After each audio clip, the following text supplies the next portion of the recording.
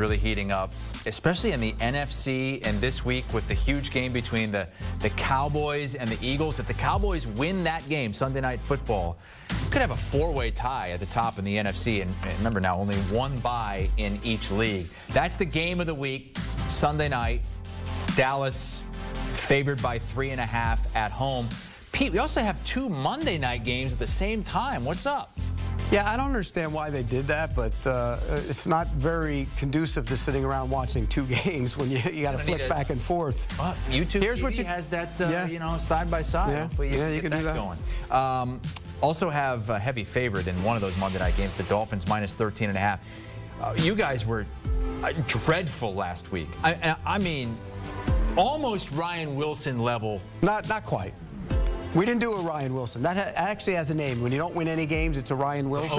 The Ophers are Ryan Wilson. And after about 6-7 games on Sunday, we were having the Ryan Wilson, both myself and Brady, and we rallied a tad, so we avoided the Ryan Wilson. Only 3 wins for Pete, 2 wins for Brady. Brady's been above 500 all season long, but just that one bad week and you come down. But that means now it's time to go back up. Brady, I know it had to kill you to not be in on that conversation to start the program, but let's start with Thursday Night Football. Pats, Steelers.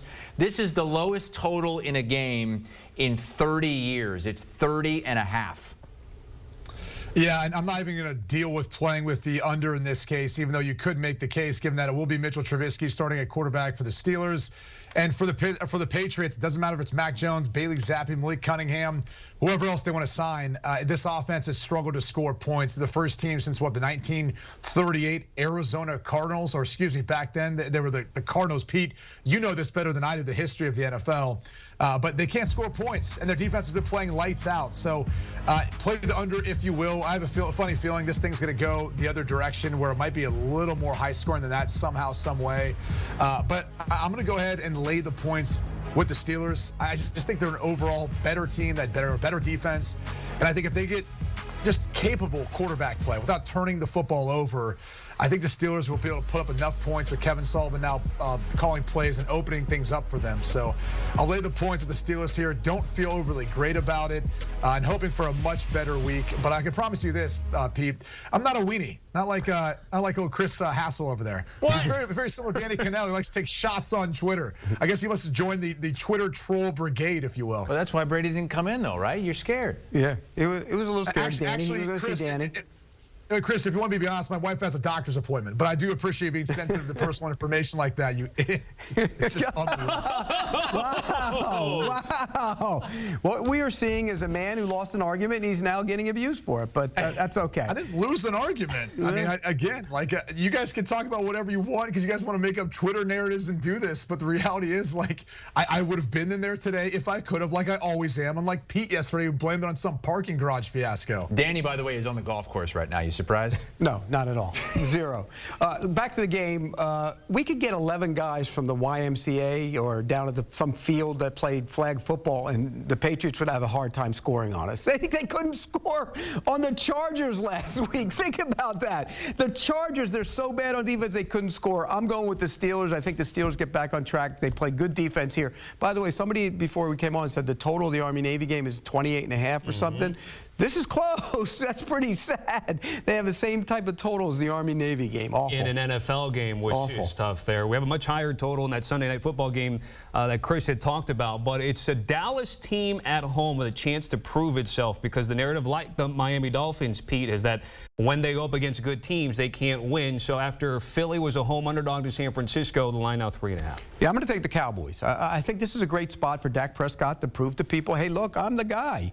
I'm the MVP. He can go out there and put up big numbers. I think if this team keeps rolling, and he does, he's going to be the MVP. The other thing is the Eagles are not good on defense. Their linebackers have had all kinds of issues in coverage. The corners have not played well. They miss Avonte Maddox, and I think that's going to show up here. So I'm going to take Dallas at home. They should have won the first meeting. They'll win this one and cover the number. This is 2 in a row that we agree upon. This is not good territory for us based on how often we agreed last week, Pete, and the actual results of those games. I'm with you, though. I'm going to lay the points there with Dallas. I think the Eagles have been through a gauntlet of a schedule, and I think that's part of what you saw in that lopsided mess of a game just a week ago. So Pete touched on Dak Prescott, obviously what he's capable of doing. I think it's the flip side, though. I don't know that the offense for the Eagles can really consistently run the football. We haven't seen that versus some of the better teams they've played during this stretch. And then Jalen Hurts, he doesn't seem like he's 100% healthy. So I think Dak Prescott, the Cowboys at home, we know how well they play at home. I think they get the job done. They cover the number 3.5. If they do that, cover the number, obviously they win. They would pull even with Philadelphia. And, of course, they're also battling for a division title because the team that does not win the division is going to have to play on Wild Card Weekend. You think, Pete, the Eagles are going to end up having to play potentially on the road then? I do. But again, if you're that team that has to play at Wild Card Weekend, you're going to go play the NFC South champ. So that's like a bye anyways. So, yeah, it's not that tough a challenge to go play on the road in week 1. But you do have that extra game you have to play and also go on the road. Let's go to Monday Night Football. 2 games once again. We'll start with the Packers at the Giants. Pete, you were really close from burying the Packers. You were high on them going into the season. You had them win into the division. Not going to do that. But they have really turned things around. Jordan Love, 3 straight wins. Yeah, and by the way, I wasn't the only one. Everybody was ready to bury the Packers, and they've turned it around. And you got to see a bunch of young guys growing up. That's what this has been. Young guys growing up. The wide receivers didn't get to work with him. They were all hurt in and out of the lineup. Aaron Jones, in and out of the lineup. He's still not back. But you're seeing Jordan Love grow up. They're still not all the way healthy on defense. They don't have Jair Alexander. He'll be back soon.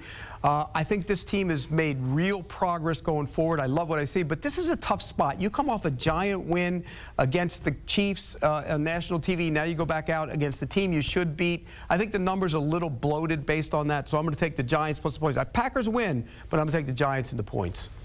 I don't know, Pete. I think there was dirt on top of the coffin. That's how far along you were burying them and like basically hammering the nails into that coffin. So you can try to back off that. No, I was.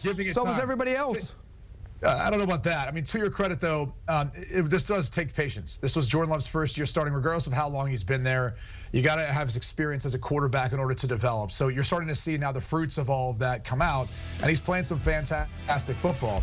The challenge in this one is you get a rested Giants team that Tommy DeVito's played some good football of late, and it feels like they found maybe a formula to allow him to be able to have success, even though he's a backup. So that number, to Pete's point, looks a little too big right now. I'll go ahead and go with the Paisan passion and Tommy DeVito and the New York Giants. I'll take the 6.5 points. There we go. There it is. Oh, there we go. Yeah. Little Paisan passion. He does. That's his thing. That's his, I asked my dad today, I said, tell me what that, it can mean a bunch of different things. But it's open interpretation. To follow well, if you do it one way, it means put it with negatively, like a and if you do it another way, it means hey, bring it all into me. Almost like the man's. You got to teach a little bit because though, right? he's a new. And my dad actually said it in Italian. What it means, I can't. I didn't. It went right over my head. All right. Speaking of big spreads, though, we got the biggest one on the board so far this week. 13.5 continues to get steamed up with Tennessee and Miami. We don't have the Titans away from home, Brady, not as good as they are on the road here. But what do you think about that big number, just under 2 touchdowns right now?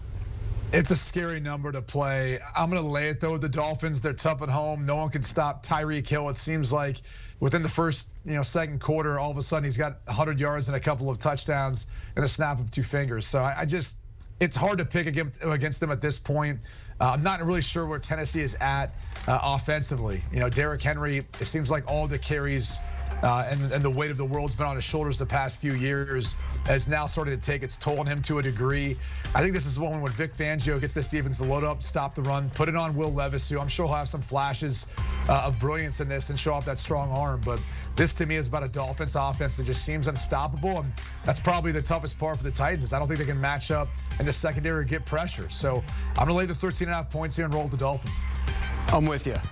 Look, you hate laying this big number in the NFL, but after what we saw from the Titans last week, they can't stop anybody. Gardner Minshew carved them to shreds last week. They can't get a punt off either. No, it was terrible. Tannehill fielding kicks. And I just think if Miami's focused, which I think they will be being at home, I think they put this game away early. You got to be careful with the back door a little bit maybe, but I think I'll lay the 13.5 as well. Since 2000, no team had won 9 games at this point in the season against all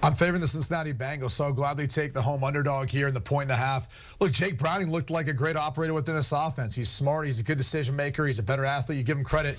And they have weapons. You see what this team looks like with T. Higgins back. And I think it's going to present a lot of problems for this secondary in Indianapolis.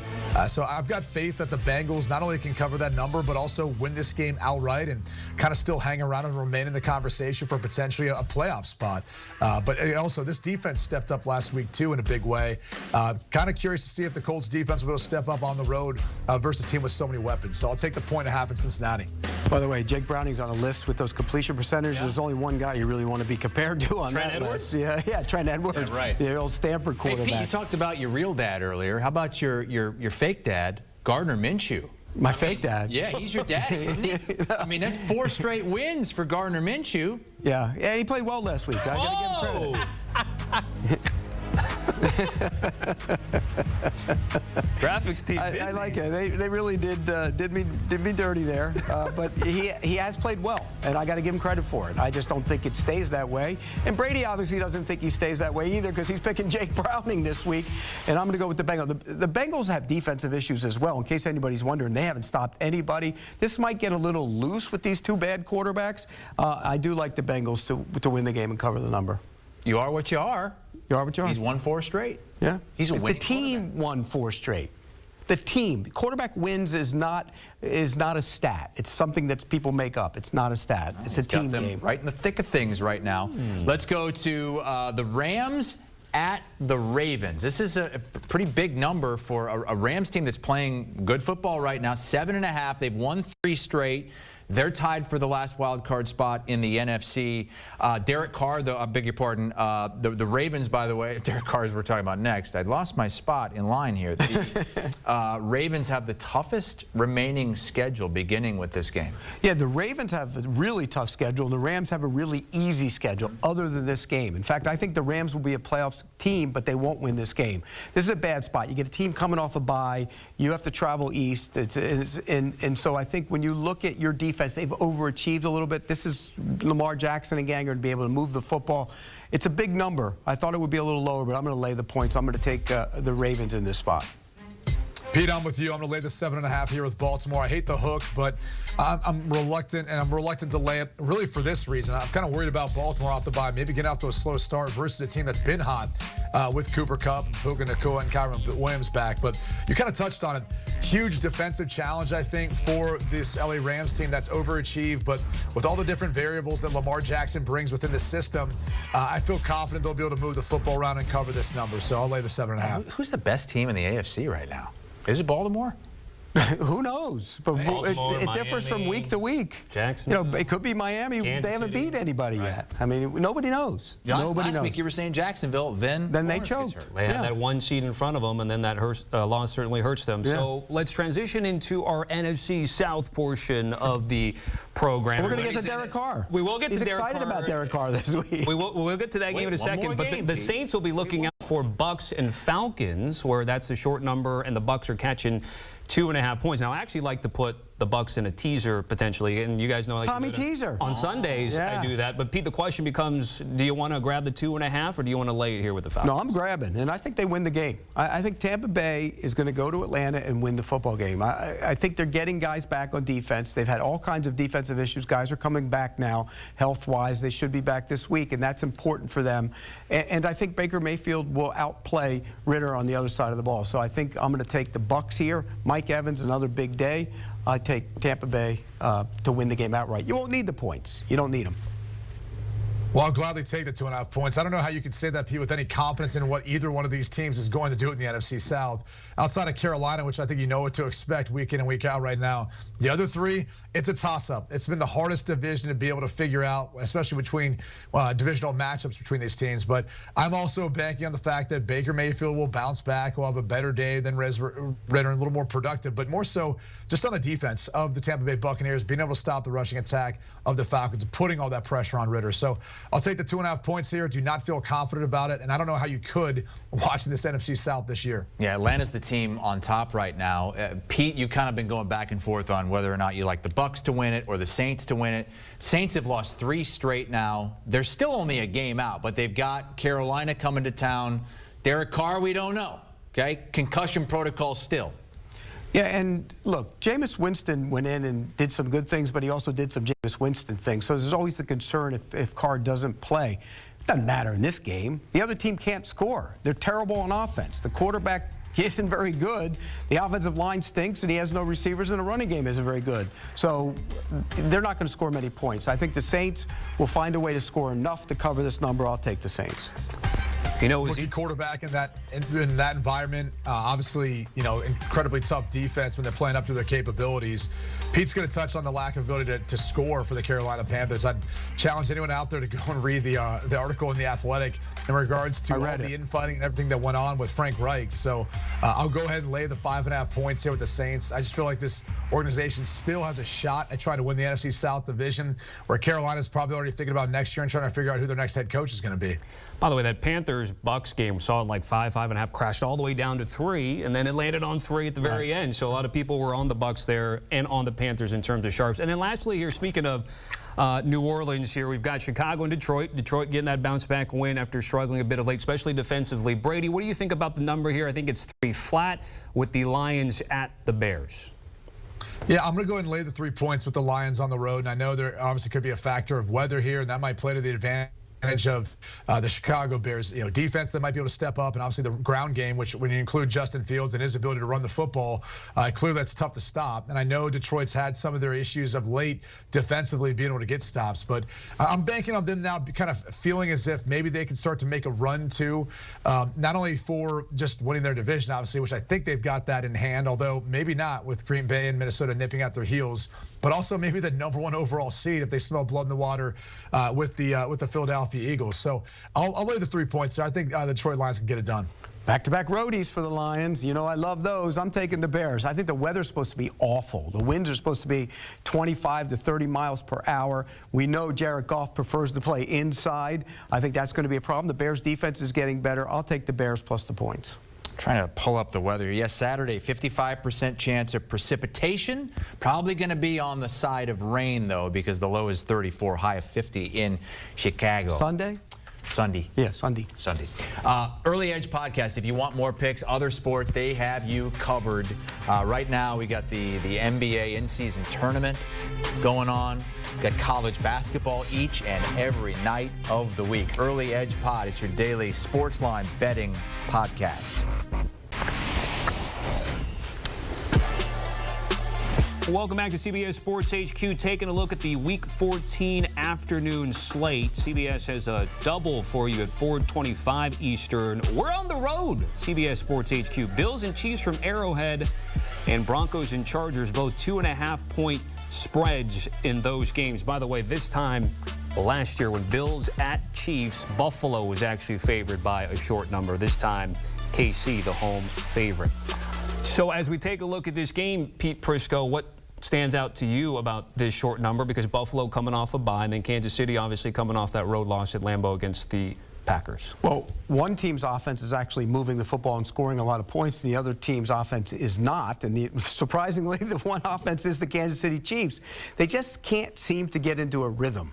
And we know the wide receiver issue has been a problem all year long. They just don't seem right. The 2 tackles haven't played great as of late. I think that's also a problem, sped up Patrick Mahomes. So I think Buffalo coming off the bye, desperation kind of wins out over you know, a team that's playing for a seed. I think Buffalo will hang around. I think in the end the Chiefs will find a way to win just barely, but I'm going to take the Bills in the points. Buffalo be done in the playoff race? No, they got Dallas next week. Then they have 2 easy games. Then they play Miami, and will Miami need the game? So no, they're not done. Definitely not done.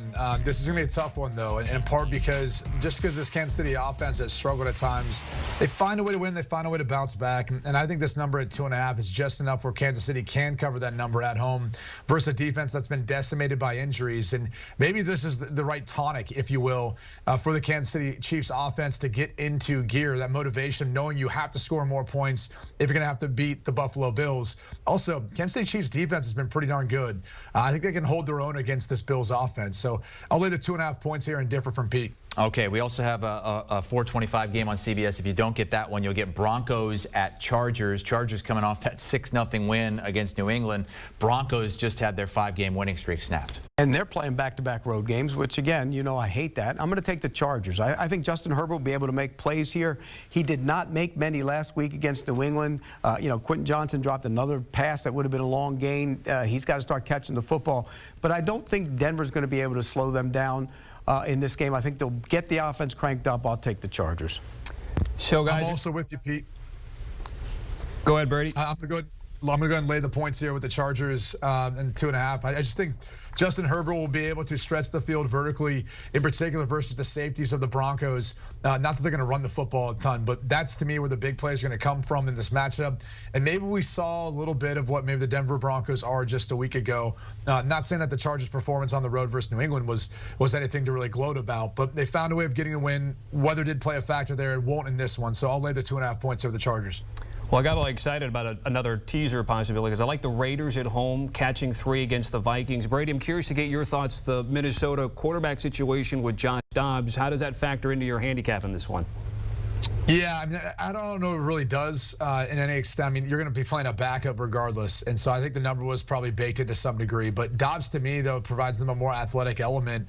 And I think more time, coming off the bye, being able to have an opportunity to learn this system and execute it the way Kevin O'Connell wants him to. So I'll lay the 3 points here. And really with a team that still on the cusp of being a playoff team, still very much talented enough, I think, to find those mismatches versus the secondary for the Raiders and be able to make hay. So, like I said, I'll lay the 3 points here. I was wrong. I said 3 games for Josh Dobbs to turn into Josh Dobbs. It was actually 2.5, and he turned back into Josh Dobbs. You are what you are, and he's going to show up here. I think the Raiders at home, this is a good spot for them to get a win. They're playing hard. They're playing much better for Antonio Pierce. I think that shows up.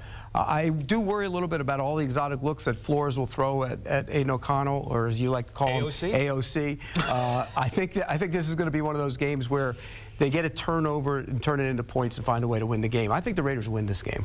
If the Raiders do win that game, a lot of NFC teams will be jumping for joy, like the Seahawks, who are battling for one of those wild card spots with the Vikings. Seattle also 6-6, but they've lost 3 in a row. They did cover a big spread last week in Dallas against the Cowboys. Do they do it here against the 49ers? No. There is a little concern about a letdown for the 49ers from what they did last week. They put so much into beating the Eagles, and they blew them out. But I don't think so. Seattle has defensive issues right now at play, and the 49ers are scoring and moving on everybody. I don't see Seattle stopping them. This will probably get a little higher scoring than we expect, but I think San Francisco will cover the number. I think they're going to score at will. I'll take the 49ers. I know second division game, usually lower scoring. You like to take the underdog. I'm bucking that trend. I think Seattle's got big problems. I don't know, Pete. This is a big number for a divisional game between a team that I think can exploit some of the weaknesses of this 49ers defense on the outside and those matchups in the secondary.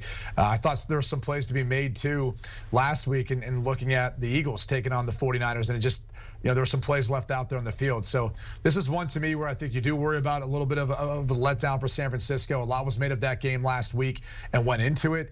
And on top of it, this is a Seahawks team that I think can step up and do a decent job trying to limit or stop Christian McCaffrey. I mean, it's a familiar opponent for them. And so, look, it might be just under this number, but I'll gladly take the 10.5 points here in Seattle. A total of 46 and a hook at Levi's for that one. And I think we've entered best bet time. And, Pete, you're going to go back to a game that we'll be at there in Kansas City. Now, you gave us sort of your take on the side, but you really love the pace of play or the total in this game. Yeah, by the way, just to give words of warning for anybody out there, my best bets have been awful, okay? Terrible. It's time to turn it around. So I'm going away from a side. I'm going to take a total. Oh, is that where you struggle and you go to totals? I'm taking a page out of Todd Furman's book. I'm taking a page out of Todd Furman's books. Desperation, you do desperate things. And I'm going to go over in the Buffalo-Kansas City game. I looked at the weather in large part because we're going to be there, and I wanted to make sure it wasn't going to be cold because when it gets under 90, it's cold for me. It's not that cold. It's not windy. That means you're going to score points. These two offenses will go up and down the field. I will take the over in this game, 47.5. This is shocking. Ladies and gentlemen, you're looking at a broken man when he starts deviating away from going spreads. Yes, I admit it. I'm broken. I can't wait till next week. We're hearing a prop bet for you from your best bet that been so bad this year. Longest run, like Todd does. Longest run from scrimmage. He does. That's one of his desperate moves. First team to score, or maybe he's going to be betting the coin toss by when it's all said and done. I'm going to go ahead and lay the 2.5 points here with the Chargers. I think they get the job done versus the Broncos. Maybe we saw a little more of what the Broncos are. And I just still can't get out of the back of my mind this Broncos defense that's much improved, but also gave up a ton of points to the Dolphins. I think Justin Herbert, when he's capable of, can run up and down the field with anyone. So I'll lay the 2.5 points here. Pete, you said you're broken because you took a total. Who's more broken, you or Brady, who didn't take a single total? Yeah, he you know what? He's gun shy this week. You know, he had such a bad week. He went down to my abyss. He had such a bad week. Usually his paper's full of totals, right, on here? Not one, Brady. Zero. No totals. Unfortunately, it might sound surprising to you. I do have 4 kids and I have a family, so there's a lot of going on behind the scenes sometimes, so I can't always get them all in. And I apologize I missed time. Chris, if you want, you can probably go to the doctor's appointment if you could still make it with my wife if you'd like. If you'd like to. You know what? I should have gone with her. I've got nothing better to do. I could have gone with her. And but I mean, okay, that's why he doesn't have any over-unders, because of next thing you know, the doctor's appointment's going to keep you derailed for the next 2 weeks. That's why the 3 of us don't have any kids, right? Brady's got all of them. Yep. Hey. Well, you've got other issues, Chris. He does. He does. So do I. A lot of agreement again this week, but not as much as we've seen in weeks past. What were there, 6 or so disagreements? The best thing about last week was, after the fact, when we both stunk, he blamed me. I went down to your level. He's playing. I took you're rubbing off on me. You're quicksand. The more you try to move and get away from it, the more you get pulled under. That's what you are, Pete. Sucking you in. All right.